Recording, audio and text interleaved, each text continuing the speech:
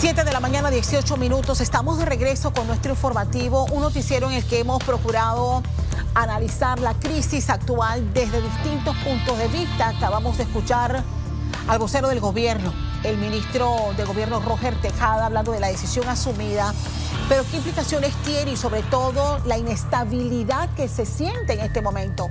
Olga de Ovaldía, de la Fundación Libertad Ciudadana, se suma a esta hora a nuestro análisis. Te agradezco, Olga, por estos minutos y por la espera en medio de la necesidad de tocar base con tantos sectores para conocer dónde estamos y hacia dónde tenemos que ir como país. Primero que todo, su reacción a esta convocatoria que ha hecho el presidente a esta consulta popular. Gracias, Castalia. La verdad que es realmente impresionante la falta de entendimiento del pulso de la nación en este momento por parte del Ejecutivo, del Ministerio de la Presidencia.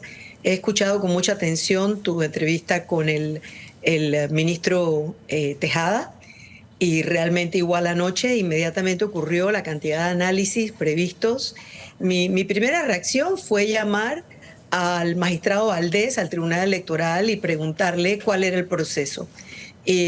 Yo sí tenía claro que la ley orgánica del Tribunal Electoral incluye entre sus atribuciones las elecciones, los referéndums y las consultas populares. Y efectivamente lo que se requiere es una ley por parte de la Asamblea, es decir, el Ejecutivo tiene que mandar un proyecto de ley a la Asamblea para que la Asamblea entonces apruebe esa ley que va a generar el mandato para la consulta popular. Pero creo que hasta que no veamos el texto específico de la ley, que va a dar este mandato, la forma de la consulta y la pregunta de la consulta, en realidad no sabemos los detalles, porque no sabemos qué va a preguntar la consulta. La entrevista con el ministro Tejado hace unos minutos aclaró un poco el panorama acerca de la consulta, pero la realidad es que esta solución, tal como tú lo has planteado llanamente en los últimos minutos en el programa, es que es completamente insuficiente a la realidad política y social que está viviendo el país. Además, fue muy impresionante en el día de ayer ver la cantidad de comunicaciones confusas, algunas oficiales, no oficiales, que venían de los ámbitos gubernamentales. El hecho de que sacaran esa lista de 10 puntos, sí, la horrible lista de 10 puntos que circuló ayer, y en un momento en vivo al aire, en debate abierto en el otro canal que se dedica a hacer análisis de este tipo, igual que TVN, al aire con el periodista Hugo Famanía, y lo digo por nombre porque realmente fue muy impresionante, que la coordinadora de comunicaciones de la presidencia en vivo al aire le comunica al periodista Famanía que no necesariamente esa lista que estaba saliendo publicada en las redes de las entidades públicas era una comunicación oficial por parte de la presidencia. Entonces estamos viendo esa dicotomía, esa suerte de péndulo. Hay dos cabezas que hablan cosas distintas y nos ha pasado toda la distancia, porque al tiempo que se habla del gobierno que escucha, del diálogo, estas expresiones que ya están casi vacías de contenido por parte del gobierno, y que yo creo que es una de las razones del hartazgo ciudadano. Por un lado te hablan de esto y por el otro siguen gastando millones y millones sobre los cuales no hay rendición de cuentas en la propaganda del contrato. Entonces, ¿dónde está la coherencia? No hay coherencia. La salida no es fácil, es la conclusión a la que hemos llegado, tanto con el ex magistrado Guillermo Márquez como con el ministro que acaba de conversar.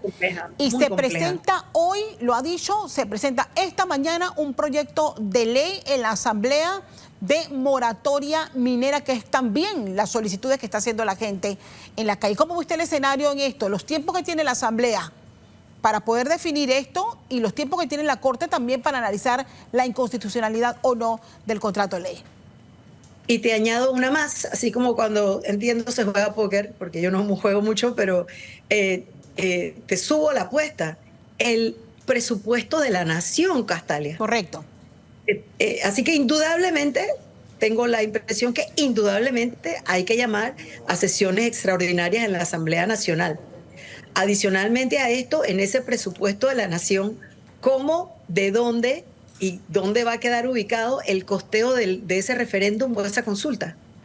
Ante un presupuesto que ya está sumamente inflado, acuérdate que tenemos 5.000 millones más, que además quedó ubicado en un rubro misterioso que se llama ajustes, más la Asamblea pidiendo 780 millones más, que van destinados, parte de ellos van destinados a mayor dinero, a lo que se sospecha es un mecanismo meramente clientelar que está generando asimetrías hacia la elección, que es la descentralización. Los tiempos están completamente encontrados. Ahora bien, porque efectivamente el problema que tenemos frente a la decisión judicial es que el judicial tiene que actuar realmente independientemente.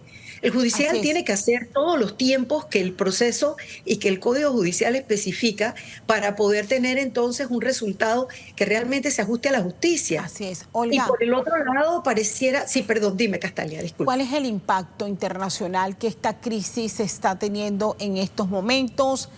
Panamá estaba a la espera de buenas noticias, por ejemplo, como la salida de la lista del Gafi, por ejemplo. Sin embargo, estamos en medio de un conflicto que lo que nos está señalando es que podemos quedar prácticamente en la bancarrota si se rompe un contrato, el contrato que se había acordado ya con esta empresa.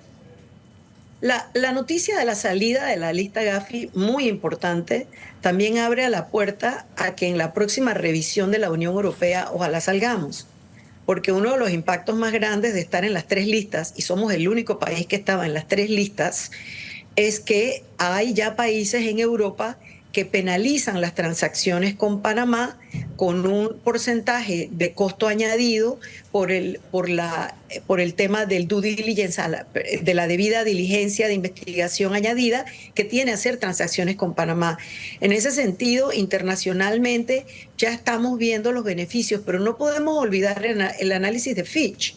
En el análisis de Fitch quedaba claro que el Estado panameño ha estado manipulando nuestra situación financiera con movimientos y reportes que de alguna manera no reflejan la verdad.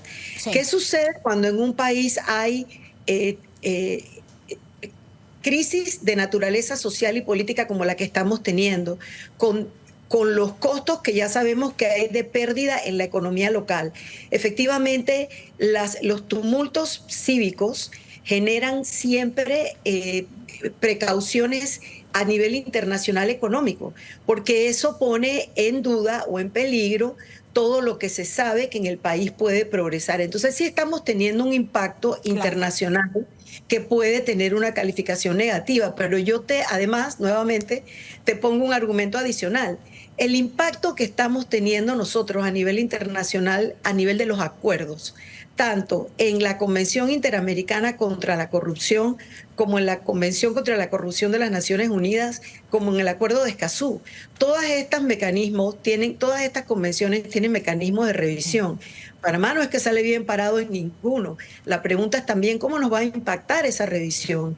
Porque efectivamente lo que vemos es que la pelota siempre regresa a la cancha del gobierno central y su manejo.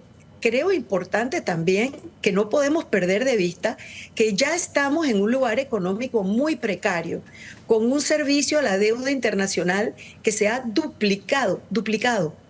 Cuando vemos la cantidad de dinero que tenemos que producir para cubrir lo básico de la deuda y seguimos en la danza de los millones en el presupuesto. Mira, cada vez que yo oigo hablar de los 700 millones estos, que pareciera para muchos analistas es la razón por la cual esa firma de contrato acelerado para recibir ese dinero, cuando tú sumas cosas, por ejemplo, como los 121 millones de la UNACHI, los 206 millones de dólares que pidió la Asamblea en su presupuesto, pero solo le dieron 150, que todavía es 90 millones más que lo que tenían cuando comenzaron. El IFARU, 75 millones que ya entregaron y no sabemos cómo porque no hay rendición de cuentas, y los 380 millones adicionales que pidieron. La descentralización ya gastó 200 millones sin rendición de cuentas y pidió más para esta vuelta. El favoritismo del vale digital, todo eso suma bastante más que los 700 millones.